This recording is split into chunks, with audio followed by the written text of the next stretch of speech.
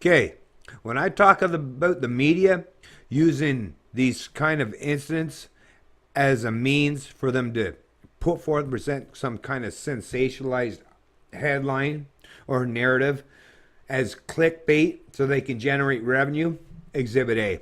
And I'm sorry, National Post, even though I recognize that it's Associated Press that you're referencing, but you know you're doing it for, I know the National Post and your parent company, yeah, you're having hard times financially, but that's no excuse for this particular incident to race down to that fucking bottom, to that lowest common denominator. Headline of the National Post, but they're just sharing the Associated Press, right? Article. But listen to this headline, folks. 3 deaths now linked to Virginia white nationalist rally, say police. A helicopter crash that killed 2 people outside Charlottesville was linked to the rally by state police. But as soon as you start into the article, here's the thing. And this is what gets you to click on it, right? And that's where they generate the revenue. Whether you fucking read the whole article, they don't give a shit. All they care about is, look, that's revenue. They clicked on it. That's all they care about. And like I say, National Post, underneath of it, the Associated Press. Charlottesville, Virginia. A car plowed into a crowd of people peacefully protesting a white nationalist rally Saturday in a Virginia college town, killing 1 person, hurting at least 24 more, and ratcheting up tensions in an increasingly violent confrontation. Man, I wish they were saying this kind of stuff when Antifa was doing all their things and supposedly punching peaceful people. Like Richard Spencer wasn't causing any violence when someone just jumped up off the side and just sucker punched him while he was giving an interview. But hey, you didn't see this kind of sensationalized clickbait stuff then, right? So it does seem quite politically motivated for the most part, doesn't it?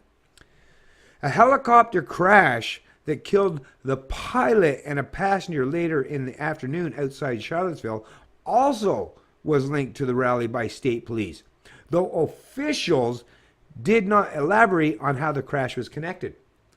Right? What do these white nationalists, did someone on the ground have a rocket-propelled grenade? Or a rocket launcher? Or what? Some kind of a missile defense system that they shot, some surface-to-air missiles? What happened here? Right? A helicopter crashed, but somehow they're connecting that. What? Because the helicopter above was seemingly paying attention to what was happening on the ground? But does that cause what's happening on the ground to make it their fault? Right? Isn't that kind of a weird connection there? Doesn't that seem a little bit odd, a little bit unusual that they would put forth, present this kind of narrative, this kind of dialogue? But let's continue on and see what else I got to say. The chaos boiled over at what is believed to be the largest group of white nationalists to come together in a decade. Gee, I wonder why. Seems a little reactionary. They're actually pointing out, that's the beautiful point. And they don't do this to give the kind of narrative that I will present, the kind of objectivity I present, but that's why I do what I do.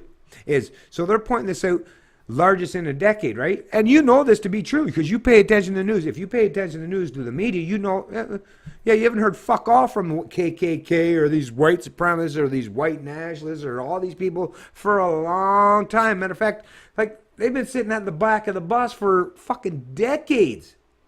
And you know this to be true. But all of a sudden there's this now they're in the spotlight. I wonder why that is. Could it be reactionary to the constant onslaught of propaganda or violence that's put forth and presented by, Antifa or Black Lives Matter or the suppression of speech every time someone that they consider to be, even like Milo Yiannopoulos or people like Ben Shapiro, or there's lots of people that aren't even considered to be alt-right or right-wing extremists, but they don't even have the ability to put forth and present their narrative, their dialogue, or their opinions on any political stage. They're deplatformed continuously, right? Whether it's on university campuses, by people in the media. But so this is reaction. This is cause and effect, folks. Cause and effect. If you want to just negate and forget about the cause and just focus on the effect, hey, go ahead. That's your choice. That's your fucking prerogative. But reality's going to play out whether you want to close your eyes and plug your ears or not. Reality's going to play out, and all this kind of bullshit sensationalized style reporting is doing is emboldening and elevate and escalating the kind of hatred and division that we're seeing. and violence will ensue, and violence will be part and parcel of what's going to be how things are dealt with going forward. Just like Jordan Peterson said, if you remove dialogue, if you remove conversation, if you remove debate and discussion from the public discourse and how we deal with each other on the public arena, then yeah, of course. Well, it's either submit or use violence. And there's a lot of people that don't submit easily or will never submit. So what's their alternative? Turn to violence. So those in the media that keep stirring up and escalating this shit, whether purposely or just by being ideologically driven and being, showing alliances or allegiances to one team on a certain side of the political aisle, they are very much contributing to this escalation of violence. And it may very well come to fruition at some point and someday, at some stage, to being a full-on civil war. It's not unprecedented. It's happened many times throughout history. Modern history even. This kind of identity politics and divisiveness, well, this is the end result. This is the consequence of doing such. It's a Canadian Libertarian, and I love liberty.